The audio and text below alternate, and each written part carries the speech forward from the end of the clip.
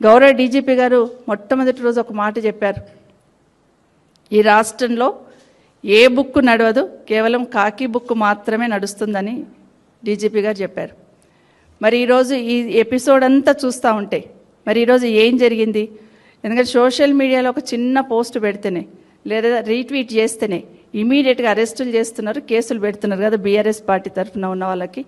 మరి నగరం నడి బొడ్డున సీఎం నివాసానికి దగ్గరలో ఈ గన్ కల్చరు సెటిల్మెంట్ దందాలు నడుస్తుందంటే మరి డీజీపీ గారు స్పందించాలి కదా.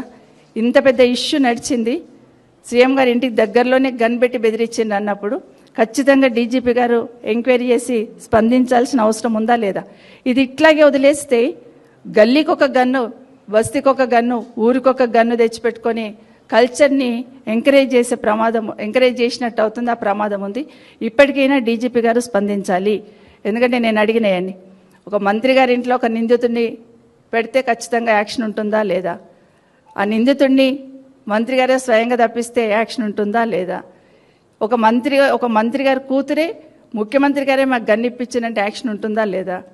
ఒక కాంగ్రెస్ నేతనే కూర్చొని సెటిల్మెంట్ చేస్తున్నాడు, గన్ టేబుల్ మీద పెట్టాడు, మా ఓఎస్డీ కాదు అతనే బెదిరించాడని స్వయంగా మంత్రి గారి కూతురే స్టేట్మెంట్ ఇస్తున్నప్పుడు దాని మీద ఎంక్వైరీ ఉంటుందా లేదా? ఒక మంత్రి గారు లెటర్ రాస్తేనే మేము ఎంక్వైరీ చేసినామని చెప్తున్న పోలీస్ శాఖకు ఖచ్చితంగా ఆ వివరాలు బయట పెట్టాల్సిన అవసరం ఉందా లేదా? ఇవన్నీ చెప్పకుండా ఇలాగే వదిలేసి ఇట్లా ఉరికి నడిచిపోతుంది లేని ప్రజల ముందుకు కనీసం చెప్పాల్సిన ఏదైనా చిన్న ఇన్సిడెంట్ జరిగితే పోలీస్ శాఖ ఇమీడియట్గా వివరణ ఇస్తుంది. జిల్లాలో అయితే ఎస్పీ గారు ఇస్తారు, టౌన్లో అయితే సిటీలో అయితేనేమో కమిషనర్ గారు ఇస్తారు. ఓవరాల్గా రాష్ట్రంలో జరుగుతున్న సంఘటన అయితే ఖచ్చితంగా డీజీపీ గారు వివరణ ఇవ్వాలి. నేను ఇప్పుడు అదే కోరుతా ఉన్నాను. సామాన్యులకు ఒక న్యాయం, లేకపోతే అధికారంలో ఉన్న వాళ్ళకు ఒక న్యాయమా, కాంగ్రెస్ వాళ్ళకు ఒక న్యాయమా? ఇది డీజీపీ గారు చెప్పాల్సిన అవసరం